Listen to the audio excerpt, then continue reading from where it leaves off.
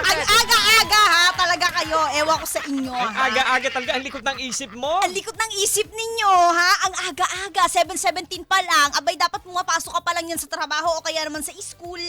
O, diba? Uy, mag-iingat po ang lahat ng mga bumabiyahe na rin ngayon. Ay, siyempre, sumisikip na ngayon yung daloy ng trapiko. Talagang sisikip ang daloy ng trapiko, dahil yung iba talaga ay lulubusin na nila ang kanilang pagtatrabaho kasi bukas magpa-file yan sila ng leave. Oh, yung saya naman Oo, noon. Para tapos, long weekend. Long weekend, mas Grabe. long pa kay long mihiya. Grabe naman yan talaga. totoo yan. Eto na nga, speaking of sumisikip na, Oh. abaya, eto na, sagutin na natin ang ating dugtungan na para sa araw na ito sa Halimaw sa dagat. Eh! Parang ano sa'yo, ha? Sa Gabriela. Oo, parang ano lang yan, pang drag race Philippines. Ayun, ganon. iba klase talaga. Pero ito na nga, dugtungan mo ka, Vibes. Masikip ang Masikip ang Ang sikip ang pantalon dahil Masikip ang medyo naparami yung kain. Same. Pwede, Sa akin, no? sumikip din ang pantalon na dahil kain ng kain, lamon ng lamon, Diba? ganyan. Normal lang Kain naman yun. slash lamon. Oo, lumalaki talaga minsan ang tiyan natin, nabubundat, di ba? Kaya lumalaki ang tiyan at sumisikip ang Tama. pantalon. Kung kumakain ka ng madami o madami kang kumakain, dapat Oo. binabalanse mo yan. Kaya Totoo. naman nung ito Bakit yung ba tayo na-discover nag-explain? namin, ay nag-endorse bigla. Eto na nga. Diyos ko, itong mga tanong nyo, ha, pati mong to, sinasabi ko sa inyo. Pati mong to.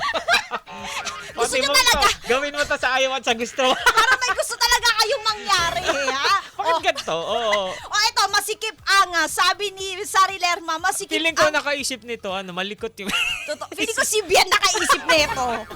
Masikip ang... Ano sabi ni Sari?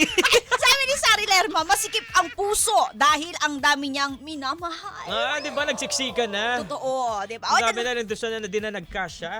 Ay, ito naman si Coach Everyday, masikip ang damit na na-order ko online. Ah. Ay, ang bait masyado, boring. Morning, mabait. Ito si Dennis Ah. Fernandez. Mabait naman yung sagot niya. Masikip ang lugar para sa ginagawa ko. Di Ay, namin alam taray. kung anong ginagawa mo. Oh, baka naman kasi nilalatagan niya ng mga Ah. mesa, ng mga, yung tablet na, chairs. Yan. Actually, yung ginagawa na, pagkakaalam ko kasi isa siyang meron siyang shop doon sa Ay, ang taray. Tapos nilalatag niya doon yung mga Yung mga handa?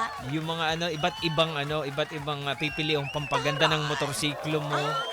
Nagbebenta siya ng motorcycle Meron parts. siyang oo. So, Ah. siguro ka masikip. Oo, hindi naman Pang yan mall, galing... ang dami ng niya. So, pang mall na kailangan niya. Tara, hindi naman yan galing sa mga yung Uy, mga illegal? Si Dave, illegal? Hindi Ay, naman. mayaman ba to? Ay. Ay, ito kakaibiganin ko to si Dennis Fernandez. Ay, mayroon siyang t-shirt na FMR. Ay, taray! Oh, yeah. Grabe ka, vibes ka talaga. O, eto naman, si Sty Salvador, sabi niya, masikip ang pantalon ko. Kasalanan talaga to ng kanin kagabi. Buti yung kanin lang may Diba? kasalanan. O, pero magpasalamat tayo, di ba? Dahil nararanasan natin yung mga ganitong klase na, alam mo yun, parang hindi naman lahat nagkakaroon ng ganitong oportunidad. Yung O kaya, pagsikip? Pagsikip. yung pagsikip ng pantalon, Ng ba? pantalon.